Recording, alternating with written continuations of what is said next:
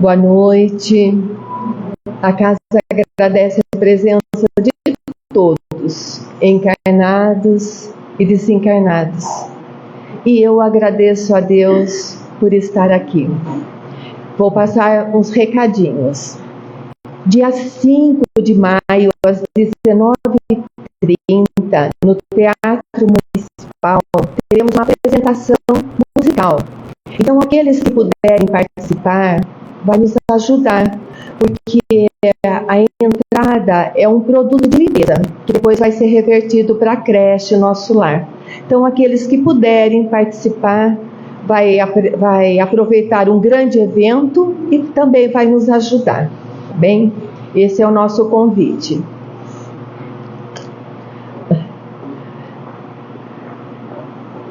E vou falar também aqui na casa do nosso projeto Cuidando do Luto, que acontece aqui na casa. É um projeto de acolhimento ao enlutado.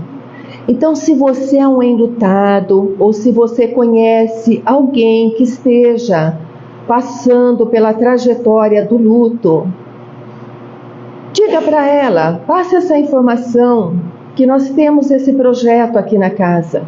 Porque é muito difícil, é um desafio muito grande a travessia do luto, ainda mais sozinho. Aqui na casa é o nosso projeto Cuidando do Luto. Acontece aqui às quartas-feiras, às 16h30, e também na USE São Carlos, às segundas-feiras, em 2 horários, 15h30 e 19h. Mas hoje eu vou aproveitar os benefícios das redes sociais, porque muitas pessoas podem ouvir.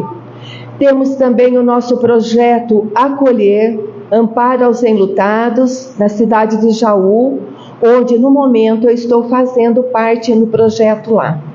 Aqui em São Carlos está fazendo, as nossas 4 acolhedoras que temos aqui continuam com o nosso trabalho.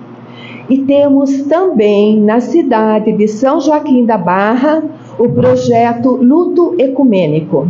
Todos esses projetos de acolhimento ao enlutado, eles saíram do nosso projeto aqui Cuidando do Luto. Então nós temos essas informações e essa certeza da necessidade do acolhimento ao enlutado. Porque nós estamos trabalhando com esses projetos, aqui já vai fazer 4 anos, então a gente está sentindo a necessidade do enlutado acolher o seu luto. Então, aproveitando as redes sociais, que já ficam sabendo dessas cidades também que está acontecendo o nosso projeto, e vocês também que passem essas informações. Lembrando sempre, o luto não é uma doença, mas se a gente não cuidar, nós podemos adoecer. Então fica aqui esse convite. Temos aqui na casa também um projeto maravilhoso, Maternidade Consciente, que acontece às quintas-feiras, às 13h30, dirigido pela Neuza já há muitos anos. Então são para as futuras mamães que podem vir participar do projeto, entender, receber tantas informações e também acolhimento, com uma equipe bem qualificada. E quando terminam o projeto, elas recebem de presente o enxovalzinho do bebê. Então são esses projetos que eu quis trazer para vocês. Vocês viram a diferença deles? Um é chegada e outro é partida. Os outros são partida, mas são coisas que fazem parte da nossa realidade. Agora o nosso palestrante da noite, nosso querido Adriano, trazendo um tema bastante importante. Nós vamos pedir para o Adriano fazer a palestra e a prece de encerramento. Adriano é um trabalhador na Sociedade Espírita Obreiros do Bem. E nós vamos pedir para a nossa querida Dalva, trabalhadora aqui da casa, fazer a prece inicial. E o Adriano nos presenteia com a palestra e a prece final.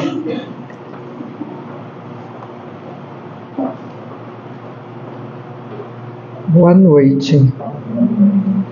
Então vamos agora aproveitar esse momento para fazer a conexão com o mais alto, fazer a conexão com os planos espirituais, com todos os trabalhadores que aqui vêm nos ajudar, nos auxiliar, para que a gente possa, através deste canal, criar um caminho de luz que venha do alto, que venha de Jesus e que venha do Pai Celestial, a luz e a energia que a gente precisa para renovar as nossas ideias, para renovar o nosso pensamento e que possamos assim abrir também novos canais de aprendizado e de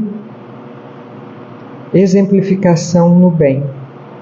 Que assim seja. Que o Adriano seja muito bem-vindo.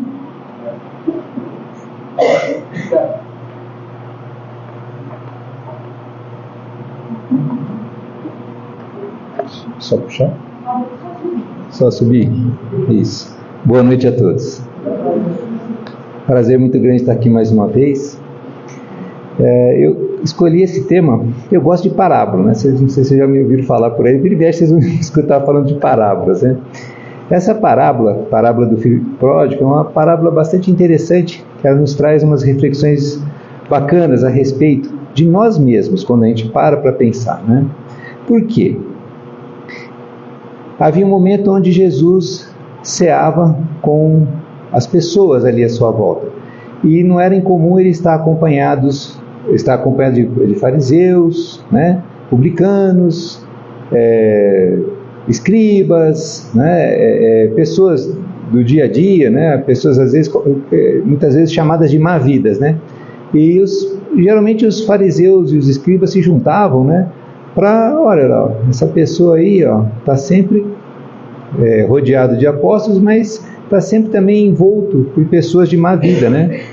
E um dia Jesus chama todos para falar a respeito dessa posição dele, né? Dessa ocupação que ele se dava de atrair todos à sua volta. E ele fez 3 parábolas. Uma delas é a parábola do filho pródigo, a outra da ovelha perdida e da dracma perdida. Elas se relacionam, como a gente vai ver. Eu vou comentar a respeito das duas no final, mas vamos nos focar a princípio nessa daqui. Eu vou fazer da mesma forma que eu fiz da outra vez. Eu quero ler essa parábola e depois eu vou fazer um comentário ponto a ponto. A gente vai ver como é que ela fica interessante. Vamos lá.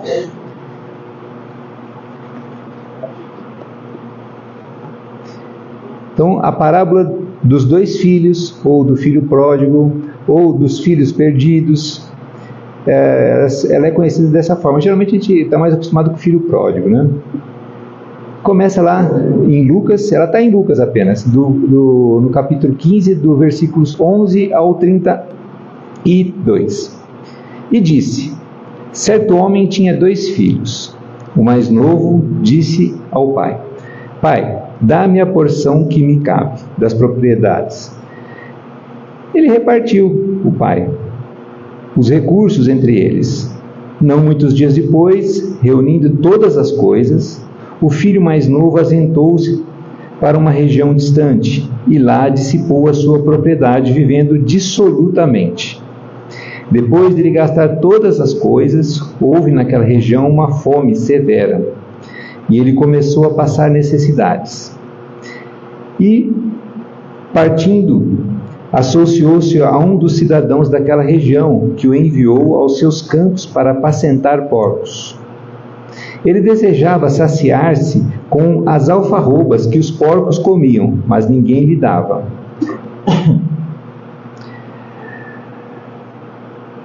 Mas caindo em si disse: quantos assalariados do meu pai têm abundância de pães e eu aqui pereço de fome? Após levantar-me, irei ao meu pai e lhe direi: pai, pequei contra o céu e diante de ti. Não sou mais digno de ser chamado teu filho. Faze a mim como a um dos teus assalariados. Levantou-se, dirigiu-se ao seu próprio pai. Estando ele ainda longe, seu pai o viu, compadeceu-se, correu. Lançou-se sobre o pescoço dele e o beijou repetidamente. Disse-lhe o filho: Pai, pequei contra o céu e diante de ti, não sou mais digno de ser chamado teu filho. Disse o pai para seus servos: Trazer para fora a principal estola e vesti-o. Dai um anel para a sua mão e sandália para os seus pés. Trazei o novilho cevado, sacrificai-o, e nos deleitemos comendo, porque esse meu filho estava morto e reviveu, estava perdido e foi encontrado. E começaram a deleitar-se. O seu filho mais velho, porém, estava no campo. Assim que chegou e se aproximou da casa, ouviu a música e danças.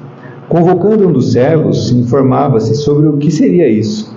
Ele lhe disse: O teu irmão chegou e teu pai sacrificou o novilho cevado, porque o recuperou saudável. Ele ficou irado e não queria entrar. O seu pai, porém, saindo, o exortava. Em resposta ao seu pai, disse-lhe: Eis que te sirvo há tantos anos, jamais negligenciei um dos teus mandamentos, e nunca me deste um cabrito para deleitar-me com os meus amigos. Quando chegou esse teu filho, que devorou os teus recursos com prostitutas, sacrificaste para ele o novilho cevado.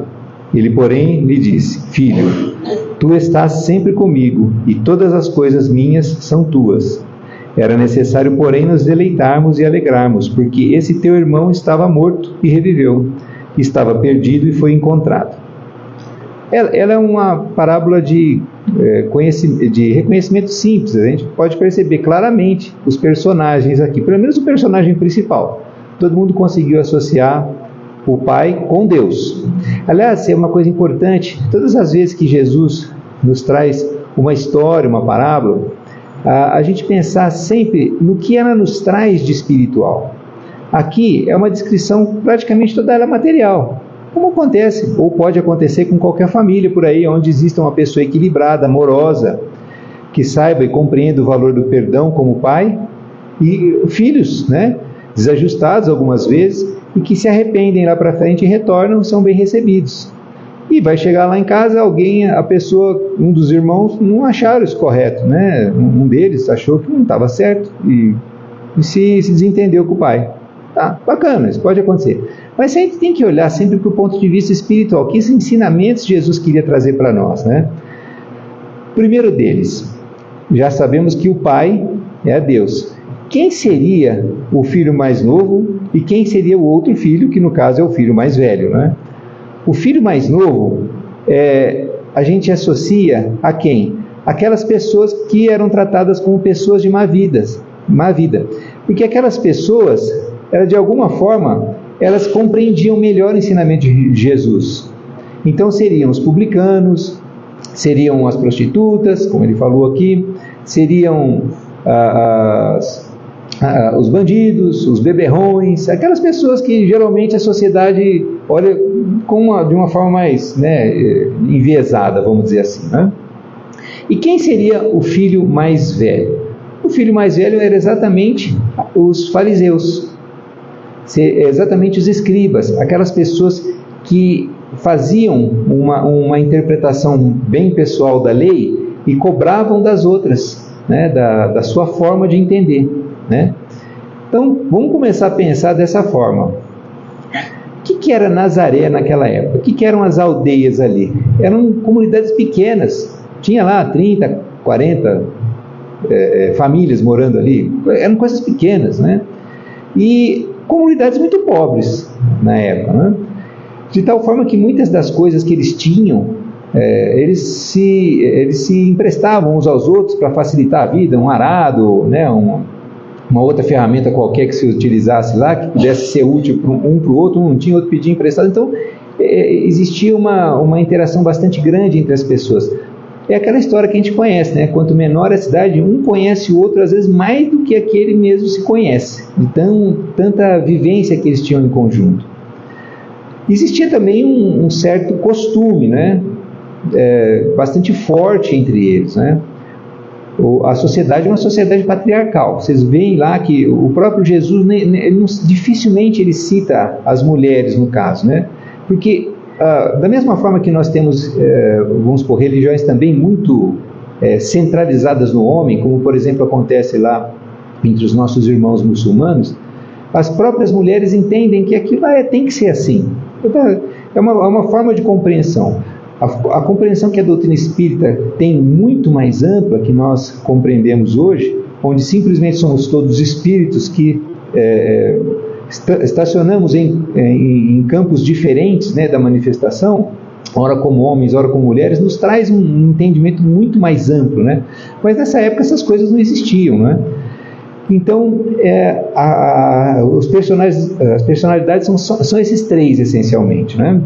E quando você está numa sociedade onde, pequena, né, todos se conhecem muito bem, de costumes rígidos, muito patriarcais, um filho, a sociedade, a família era assim, era o pai, os filhos homens, uma pequena ascensão para o filho mais velho, e depois as outras pessoas que morassem na casa, era assim, depois os servos.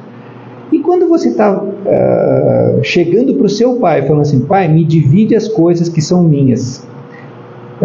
Para eles, o entendimento era assim, você para mim morreu. É a mesma coisa. Quer dizer, antes de você deixar o seu corpo físico, eu já não considero, como se você tivesse morrido. Isso era um insulto muito grande. Jesus contando isso para as pessoas, elas já começaram a ficar horrorizadas. Como alguém faz um negócio desse?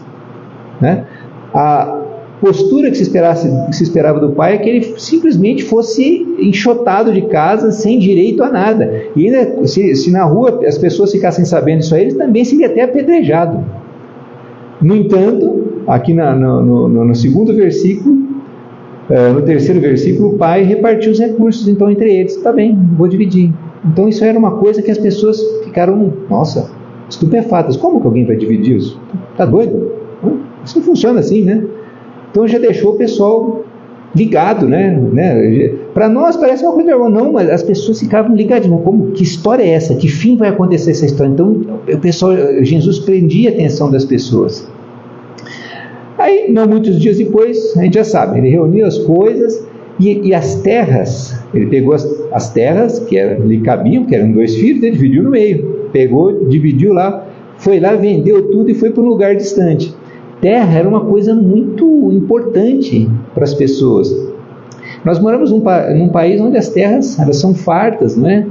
Então não tem tanta dificuldade assim de se ter e ver terras lá. Não, a coisa era difícil. Os poucos lugares que tinha, muitos desertos ali em volta, né? Então era um bem extremamente precioso. A pessoa simplesmente abrir mão disso aí é porque a pessoa já tinha em si mesmo um caráter dissoluto, que foi o padrão de vida que ele acabou tomando para si, né? Tanto é que ele foi num lugar distante, até porque se ele ficasse ali, o pessoal ia catar ele lá e dar uma lição, dar um corretivo para ele, onde já se viu fazer dessa forma, né?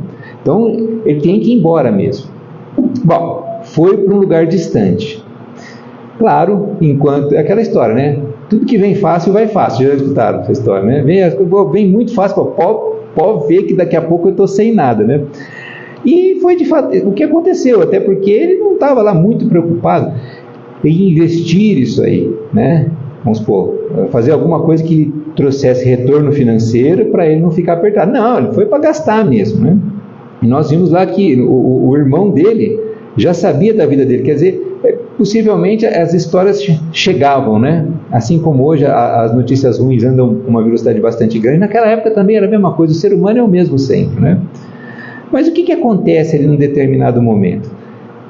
Era uma pessoa que chocou toda a comunidade que estava escutando aquela história, porque pediu os bens para o pai, né? Com tudo isso que aquilo representa.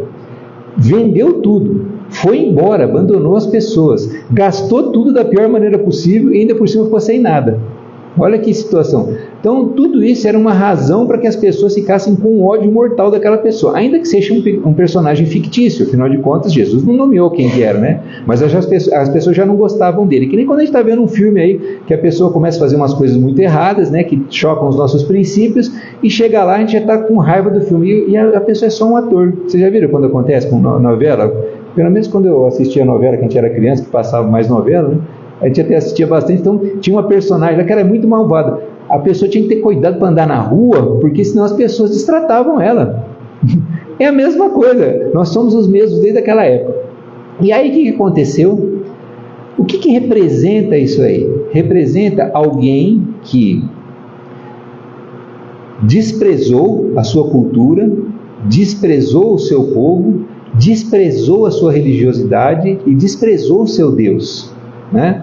Isso aí significa, ó, esse negócio de religião é bobagem, eu quero viver a vida, porque depois eu não sei se eu vou ter outra. É mais ou menos esse pensamento que muita gente, infelizmente, ainda tem, e toma atitudes e palavras, muitas vezes, né, que também vão chocar as pessoas e, no fundo, vão acabar fazendo mal para quem tem esse tipo de pensamento. Então, nessa situação, o que aconteceu com ele? Ele trocou o Pai, Deus, né, é representado como se fosse o adversário, né? Você sabe que no Evangelho o adversário, o inimigo é o diabo, por isso que as pessoas, ou Satanás, né? A gente acha que Satanás é uma personificação. Na verdade não, é o inimigo, né? É aquela pessoa que luta ou que age contra você. Então, essa pessoa que o acolheu, ó, está escrito aqui, associou-se a um dos cidadãos daquela região. Então, esse aí é o Satanás, é aquele que o induz ao mal. E levou um campo para apacentar porcos. Porcos são animais não muito bem vistos. Eu não tenho certeza se até hoje em todos os povos daquela região, mas principalmente naquela época eram muito mal vistos, porque eram animais considerados impuros, os porcos. Eles faziam o seguinte, ó, se você tem um animal que tem casco fendido, aberto em dois assim, tipo vaca, por exemplo, né? Vaca, boi, tem o casco fendido, separado, é como se fosse dois dedos, duas unhas assim, e rumina. Beleza, são animais que você pode ter contato, você pode tocar, você pode comer, não tem problema, tá? Agora, então o que seria, né? Cabra, ovelha, boi, vaca, búfalo, tinha também, assim, girafa, né? Essas coisas, não sei se era muito caseiro, mas os criados são mais esses daí, né? Então eles poderiam ser criados sem problema. Se ele fosse ruminante, mas não tivesse casco fendido, é impuro. Então, por exemplo, camelo, dromedário, coelho, não pode, lebre não pode. Isso aí tem que ficar longe, porque é um animal impuro, tá? Então nós vamos entender o porquê disso. E se ele só fosse ruminante e tivesse... Peraí um pouquinho. Eu falei, esses são ruminantes e não tem casco fendido, esses que eu falei. Agora, e se eles tiverem casco fendido e não for ruminante? Por exemplo, o porco mastiga e engole, né? Não fica lá enrolando aquele capim na boca. Esse daí também é impuro, não pode. Quando você está tratando disso aí, o que é que a gente está entendendo do que Jesus falava para as pessoas? Ele está falando, ó, ele está na impureza, ele está na sujeira, ele está no pecado, né? Ele está no erro, ele está contra os ensinamentos, ele está numa região que a gente poderia chamar aqui, a gente espírita gosta de chamar, estava lá no umbral, né? Estava no pior lugar que pode ter. Então, ele estava nessa situação. E chegou numa situação tal que ele não tinha sequer alimento. O que é esse alimento? A gente não pode pensar, é comida. Não, tá. Depois nós vamos entender melhor isso aí. Mas a gente não pode pensar em comida, né? A gente tem que pensar em alimento espiritual, né? É a água viva dos ensinamentos de Jesus, né? Então aqueles ensinamentos eram as lições espirituais que Jesus compartilhava, para ele era o alimento. Fazer a vontade do Pai, esse é o meu alimento. Então quando a gente está pensando em alimento, o que é que ele sobrou para ele de alimento? Ele queria alfarroba. Alfarroba é outra história. O que é alfarroba? Alfarroba lá é a alfarroba selvagem que era dada aos porcos. Isso quando não tinha coisa melhor, senão eles davam alfarroba. Era um arbustinho, né? Ele produzia umas vagens, né? Elas são leves, são meio inchadinhas, mas não tem valor nutritivo nenhum. São duras, são espinhosas, então elas não servem muito para alimentar, são muito ruins, né? Só se não tiver outro jeito mesmo. Tanto é que o pessoal usa sem medo para fazer fogueira, né? Nas regiões mais desérticas, né? O pessoal passava a noite lá no relento, pegava, juntava umas lá, punha fogo sem dor na consciência, né? Agora existia a outra alfarroba, que é também chamada de alfarroba gafanhoto. Vocês já ouviram falar que o João Batista ele ficava no deserto meditando e comendo gafanhoto? Não era gafanhoto. Até tem gente que come gafanhoto, até gosta, mas não era gafanhoto. É um outro tipo de alfarroba que tem esse apelido, mas ela é nutritiva, ela é adocicada, ela é saudável, já é um arbusto maior. O pessoal até trouxe para o Brasil para fazer uma experiência lá no Nordeste, e como lá ninguém come, como lá não tem aquele terreno mais difícil que tem na Judéia, aquilo se espalhou por lá, é difícil de controlar o crescimento dela hoje em dia, para vocês terem uma ideia. Mas ela é saudável, dá para você comer, sem problema. Ele não tinha nenhuma nem a outra. E o que a gente está pensando nisso aí? Nós estamos pensando em alimentação, que é alimento espiritual. O que nós estamos fazendo aqui agora? Nós estamos procurando ler o Evangelho, compreender como Jesus ensinava para as pessoas. Isso é alimento espiritual bom, é puro. Agora, se a gente estivesse aqui falando maldade, falando mal dos outros, né? Planejando coisas que a gente sabe que não são coisas de bom princípio, né? Coisas que são edificantes, a gente estava com alimentos espirituais ruins. É por isso que se fala de alimento. Não tinha nem a alfarroba selvagem que se é dada aos porcos, nem isso tinha. Quer dizer, mal tinha um alimento de má qualidade, porque numa situação tão difícil que ele estava. Aí o que aconteceu? Aí aquele momento de virar, virou a chave, caindo em si. O que acontece agora? É aquele momento de reflexão, é aquele momento que o ser humano ele precisa, como fala no livro dos Espíritos, ele precisa encontrar o pior mal para ele, a ponto de ele falar, não, agora não dá mais, eu já estou numa situação muito ruim, eu preciso procurar o que é melhor para mim, já está na hora de eu mudar a minha vida, está na hora de eu procurar coisa melhor, está na hora de eu voltar a buscar o Pai, está na hora de eu voltar para Deus. Então é aquele momento de transformação de consciência que muitas pessoas têm a oportunidade, quando em caminhos menos dignos, de acontecer durante a vida, e alguns infelizmente acabam acontecendo esses momentos, talvez após o desencarne, né? Onde vai precisar de um novo planejamento espiritual para uma nova encarnação, com novas dificuldades. Se você aproveita a encarnação para refletir como ele fez agora, você tem uma oportunidade melhor, economiza tempo na sua jornada espiritual. E foi o que ele fez, ele parou, meditou. Então ele está, nesse parágrafo aqui, ó, quantos assalariados do meu pai têm abundância de pães? Pô, a alfarroba é o que tem menos qualidade. Pão, uma coisa sofisticada, né? Estamos pensando lá naquela época, pão era um negócio caro. Tanto é que o salário das pessoas era medido em pães. Esse salário dá para comprar tantos pães. Então essa pessoa ganha bem. Era um referencial de valores na época. Então, quantos assalariados do meu pai têm abundância de pães e eu aqui pereço de fome? Fome espiritual. Após levantar-me, irei a meu pai e lhe direi: Pai, pequei contra o céu e diante de ti. Não sou mais digno de ser chamado seu filho. Faze a mim como a um dos seus assalariados. Ele está pedindo para ser... Lembra que eu falei? Naquela sociedade era o pai, depois eram os filhos, sendo um pouco mais o filho mais velho, um degrau, digamos assim, depois as outras pessoas da casa, a mãe, as filhas. A mãe, as filhas, elas ficavam num degrau mais baixo, era assim que as coisas funcionavam. Então ele queria ficar no mais baixo ainda. Eu quero ficar lá embaixo, quero ficar lá entre os assalariados, os servos do meu pai. Bom, o que ele fez? É a própria consciência dele julgando. A gente sabe que o nosso pior juiz é a nossa própria consciência. É ele que nos julga com mais rigor, né?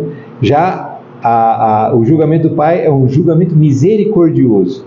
Por menos que a gente compreenda isso, existe sempre infinita misericórdia em tudo que nos acontece, mesmo que a gente julgue que isso é uma coisa ruim. Nossa vida é ruim, é isso, aquilo, outro. Quem já teve a oportunidade de participar de reuniões mediúnicas, né? Você vai perceber que às vezes acontece das pessoas que estão manifestando, perseguindo outros, porque aquelas pessoas é muito ruim, aquela pessoa foi muita maldade comigo.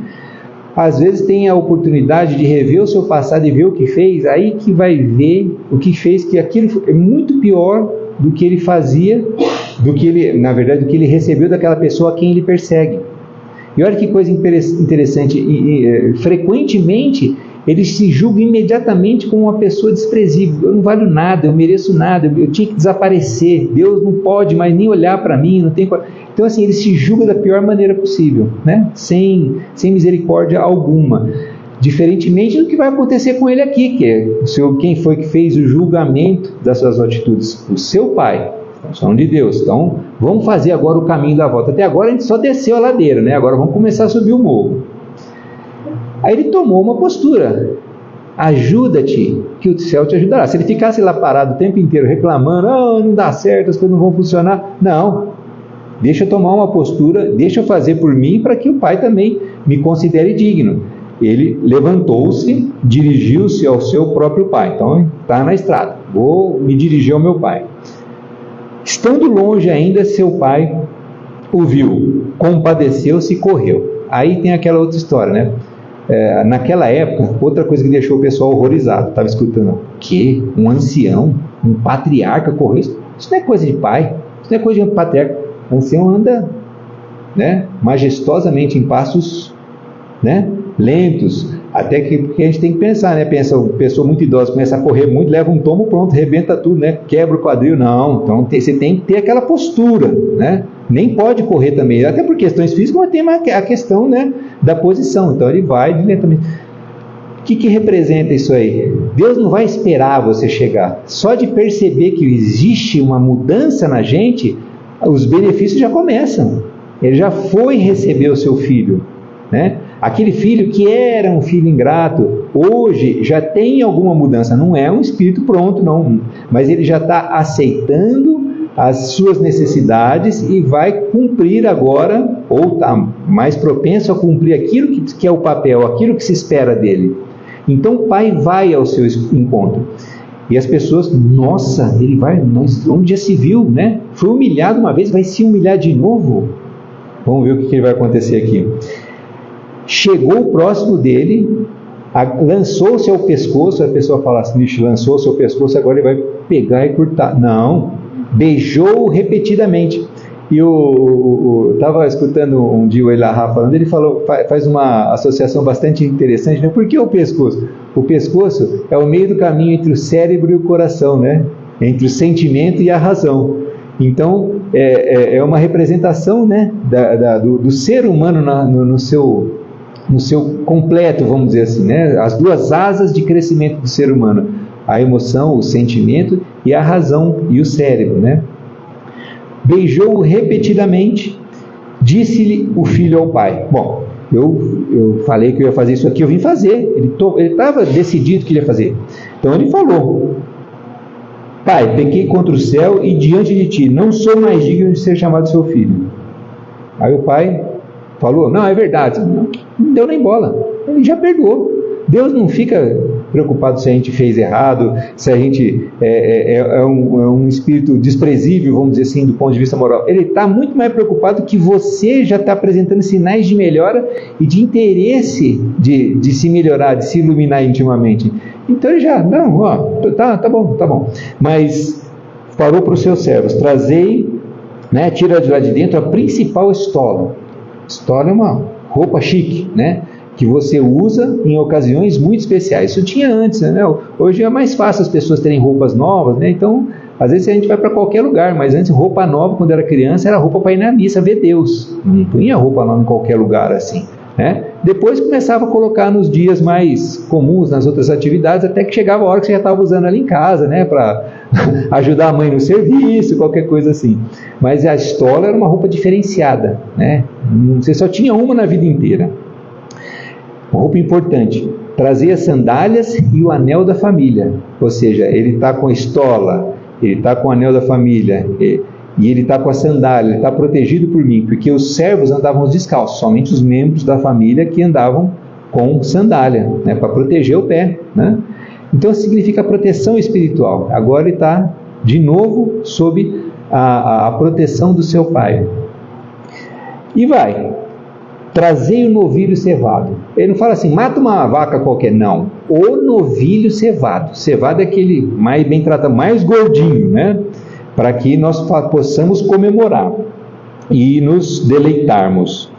E naquela época não era, geralmente você matou um novilho, você vai pensar, pô, por mais servos que o pai tenha, uma família de 4 pessoas, talvez além da mãe tivesse alguma filha, não foi citado, mas que seja 6, 7 pessoas, né? Naquela época não era muito comum, né, a prole seguir muito tempo de vida, né? As mortes de criança eram muito comuns. Então vamos pensar que a família tinha umas 6 pessoas ali.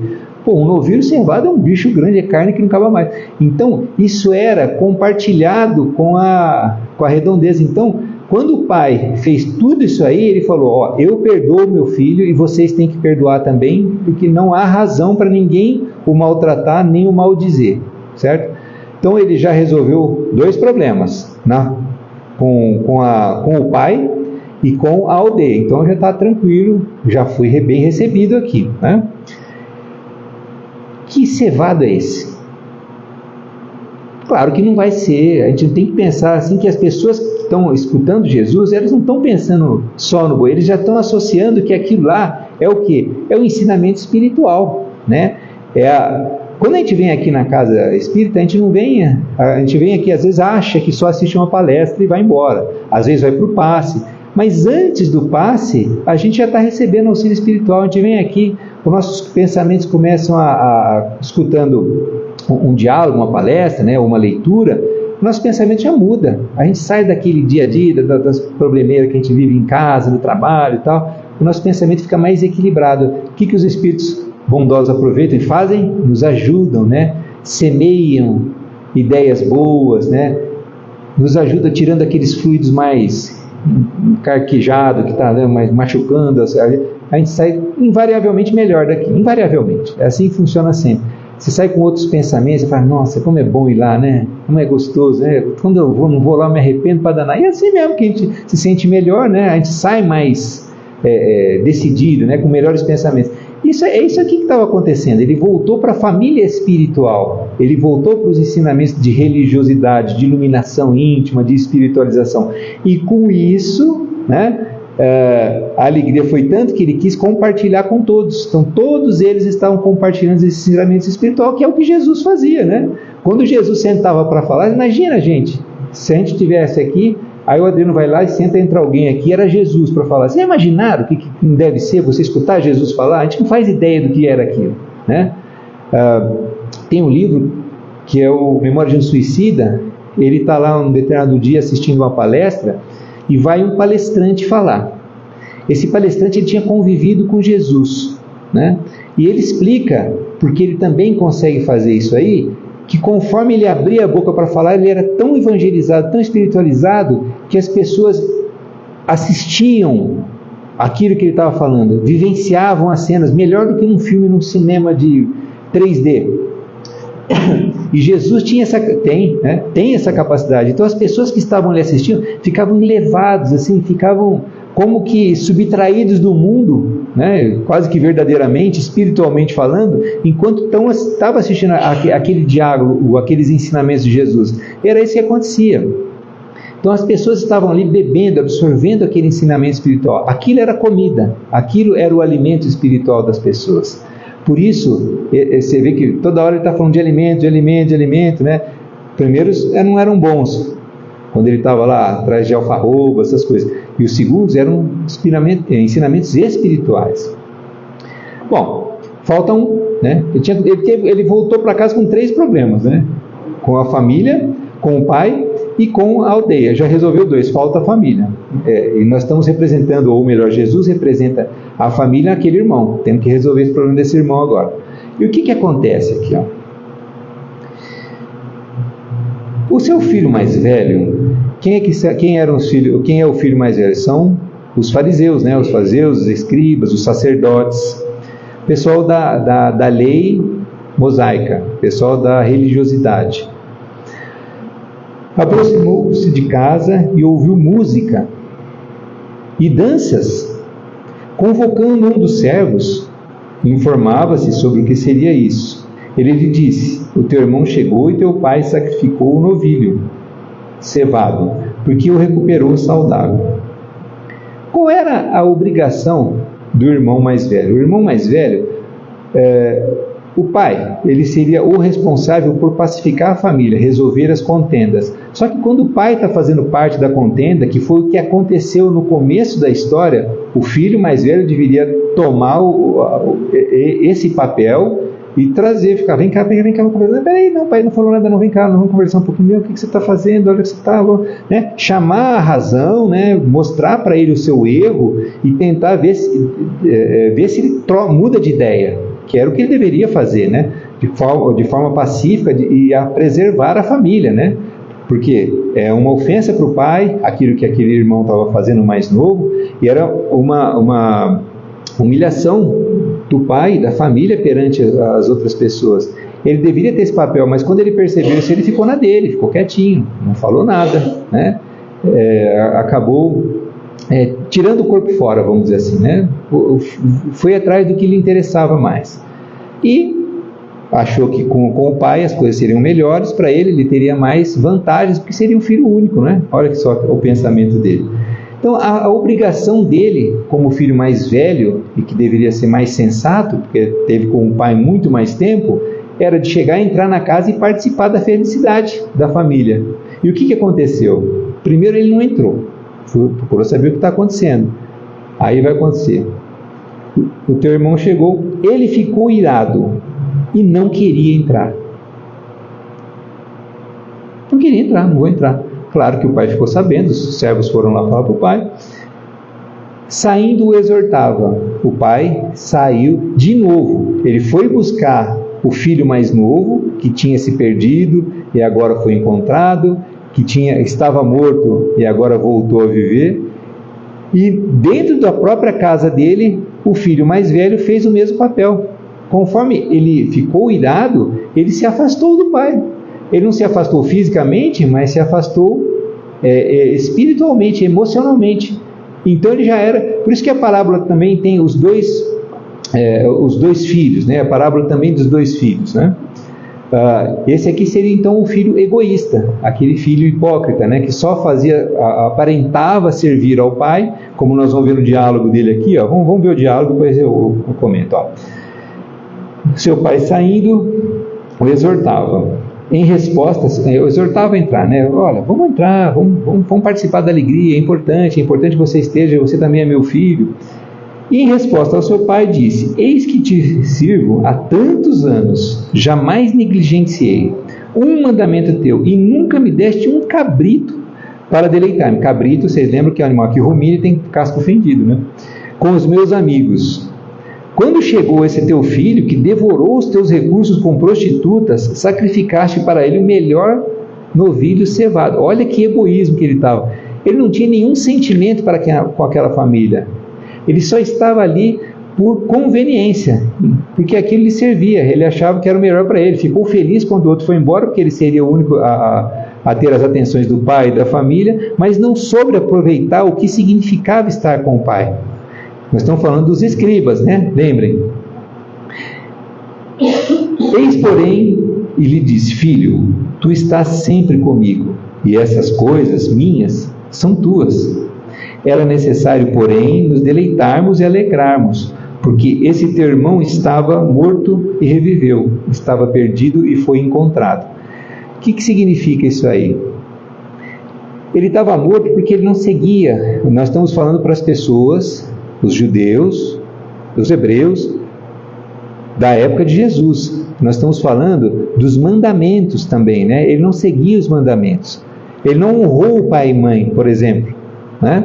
Então, quem não segue os mandamentos, para eles, está morto. Está morto. Uma pessoa, assim como os beberrões, assim como as pessoas de má vida, de uma maneira geral, os publicanos, estão mortos. Então os escribas tinham um certo nojo, vamos dizer assim, não queria chegar nem perto, porque eram pessoas impuras. Se tocassem as pessoas impuras, eles mesmos seriam considerados impuros e por isso teriam que fazer todo um processo de purificação bastante complexo lá no templo, né? Então eles se mantinham distantes dessas pessoas. Dessa forma, ele agia como se fossem os publicanos, né? Falava uma coisa, mas no fundo fazia outra, né? Então, por isso, ele estava morto e reviveu, estava perdido e foi encontrado. Lembra que eu falei no comecinho? Ele falou mais outras duas parábolas. Essas aqui são mais curtinhas, essa aqui não precisa de fazer grandes explicações, então eu vou falar para vocês rapidamente. Estava se aproximando, então, vamos pensar naquele mesmo contexto que está acontecendo ali. Ele comendo com as pessoas de má vida, os fariseus, escribas e sacerdotes lá falando mal de Jesus. Então, se aproximando dele, todos os publicanos e pecadores para ouvi-lo. Os fariseus e os escribas murmuravam, dizendo: este acolhe pecadores, comem com eles. Aí Jesus contou-lhes uma parábola, dizendo: qual homem dentre vós, possuindo 100 ovelhas e perdendo uma delas, não deixa as 99 no deserto e sai em busca da perdida, até encontrá-la? Qualquer um, né? Encontrando-a, alegre, a coloca sobre os seus ombros e, após dirigir-se para sua casa, convoca amigos e vizinhos, dizendo-lhes: alegrai-vos comigo, porque eu encontrei a minha ovelha perdida. Eu vos digo que desse modo haverá, olha que legal, mais alegria no céu por um pecador que se arrepende do que por 99 justos que não têm necessidade de arrependimento. Que foi o que aconteceu. Ele era um pecador que voltou. Isso era para ser alegria para a família, para toda a coletividade, como Jesus ensinou nessa primeira parábola que ele diz aqui. Essa aqui era essa ovelha perdida, ela representa o filho mais novo. O filho mais novo estava consciente naquele momento de que ele estava perdido e ele voltou. Agora vamos ver a parábola que ele contou se referindo aos fariseus e sacerdotes, que é a parábola da dracma perdida. Ou qual a mulher que, tendo 10 dracmas, se perder uma dracma, não acende uma candeia? Candeia era uma lamparina, né? Varre a casa e procura diligentemente até que encontre. E ao encontrá-la, convoca as amigas e vizinhas, dizendo: alegrai-vos comigo, porque encontrei a dracma perdida. Eu vos digo que desse modo há mais alegria diante dos anjos de Deus por um pecador que se arrepende. A mesma coisa, não foi? Só que a dracma, ela não tem consciência que ela estava perdida.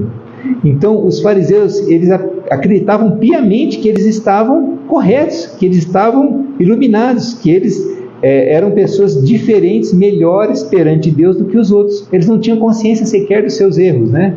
Como diz naquela passagem, né? Que duas pessoas se puseram de joelhos para orar no templo.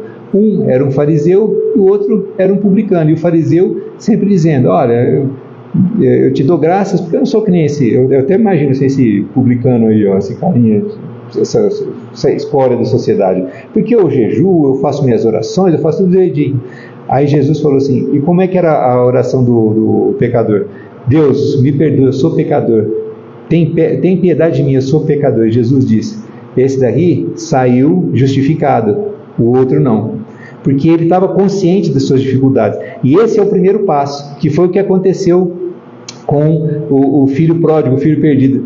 Ele teve consciência no momento, se deu conta, se arrependeu e tomou as atitudes para que ele pudesse recuperar esse caminho, para que ele pudesse voltar de novo ao Pai.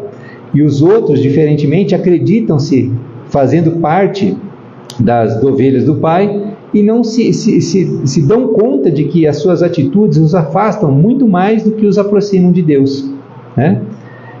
E por fim, como é que termina? Ele entrou ou não entrou? Não fala nada aqui, né? Vocês perceberam? Não fala nada se ele entrou ou se não entrou. Na verdade, Jesus está falando, ele está descrevendo o que estava acontecendo ali, naquele momento. Os fariseus vão entrar ou não vão entrar? Não sabe. A história parou ali. Cada fariseu vai ter a sua vida. O Gamaliel entrou. Gamaliel, vocês devem ter lido já o Paulo Estevão. Se não leiam. Se não leram ainda, leiam, porque é um livro excelente.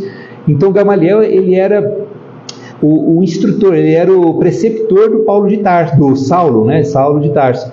E chegou um momento da vida dele, parou para pensar, pensou. Ele entendeu que a superioridade e a necessidade de seguir os ensinamentos cristãos, né? Porque eles eram muito mais completos, muito mais espiritualizantes, que era aquilo que ele buscava. Aí ele mesmo foi para o deserto, parou, meditou. Deserto não quer dizer que a pessoa vai lá no deserto. Deserto é a meditação, né? Você não tem nada que te atrapalhe a vida e pare para pensar, para meditar, para saber se aquilo é o melhor para você. Então, ele era um fariseu, ele parou, meditou, reconheceu as suas deficiências espirituais, e ele mesmo buscou o Evangelho e começou a ser alguém que entendeu o Evangelho e passou dessa forma a praticar e a pregar o Evangelho. Então essa história ela acaba aqui porque a gente não sabe o que aconteceu. Cada fariseu vai cumprir a sua história. Então, para terminar, ninguém precisa falar, tá? Pensa, qual filho eu sou? Eu sou o filho pródigo ou eu sou o filho egoísta? Provavelmente nós vamos pensar assim, tem hora que eu sou pródigo, tem hora que eu sou egoísta. Porque a gente não é nada, a gente não é estanque, a gente é assim ou a gente é assado. A gente oscila de um lado para o outro. Muito provavelmente a gente vai pensar em momentos que a gente foi, poxa, uma atitude que eu fiz me surpreendi, eu achei que eu não fosse capaz disso, eu fui bacana, né? Eu fiquei contente comigo, gostei da minha atitude. E tem hora que você vai falar, nossa senhora, nem parece que era eu. Era. Se não fosse, não era você que tinha feito. Nem parece que era eu que fiz aquele negócio. Puxa, errei. Agora eu quero me tornar um pródigo? Vou lá, vou pedir desculpas, vou me reconciliar e vou ver o que eu posso fazer para que aquela pessoa não se sinta prejudicada pelo meu erro. Então é isso que nos cabe escolher. Somos de um lado, somos do outro? Sem problema. Ainda estamos em caminho, ainda estamos na evolução. Temos Jesus como nosso guia, temos o Evangelho como um roteiro. É só colocar o pensamento e o coração para meditar, porque a mensagem vai chegar para nós, como chega para todo mundo. Muito obrigado a todos vocês, eu agradeço a vossa atenção. Agora acho que nós vamos fazer a prece. Então vamos lá mais uma vez, fechar os nossos olhos, mas abrir a nossa mente e também os nossos corações a todos esses queridos amigos, esses irmãos, esses nossos amigos familiares, esses trabalhadores espirituais dessa casa que incansavelmente nos secundam com seus esforços, com o seu trabalho, em nome de Jesus, ajudando os nossos pensamentos a se purificarem, colocando luz à frente dos nossos olhos, fazendo com que os nossos corações fiquem limpos de todos os sentimentos de dificuldade, que vão nos trazer dificuldade, que vão nos trazer dor, nos ajudando assim a refletir melhor em tudo aquilo que nós somos, em tudo aquilo que nós temos. Temos as coisas muito boas também, nós sabemos, Senhor Jesus, porque somos seres que já estão caminhando em direção à sua luz, mas temos também as nossas dificuldades que ainda nos aferram ao chão, as dificuldades. Mas sabemos, Senhor Jesus, que a sua presença sempre ao nosso lado, sempre estendendo a sua mão amiga e amorosa, nos auxiliará sempre. Com a nossa boa vontade chegaremos a mais uma vez, não antes certamente, mas ao final da nossa encarnação, a agradecer ao Senhor por todos os benefícios que nós cultivamos, todos os benefícios que nós colhemos durante toda a nossa vida, desde que começamos a compreender e praticar o seu Evangelho. Muito obrigado, amigo Jesus, muito obrigado, Deus, nosso Pai. Nos abençoe a cada um de nós aqui encarnados e a cada um de nós aqui também desencarnados, em nome do Pai, hoje e sempre. Que assim seja, Senhor. Muito obrigado. Muito obrigado a todos. Viu?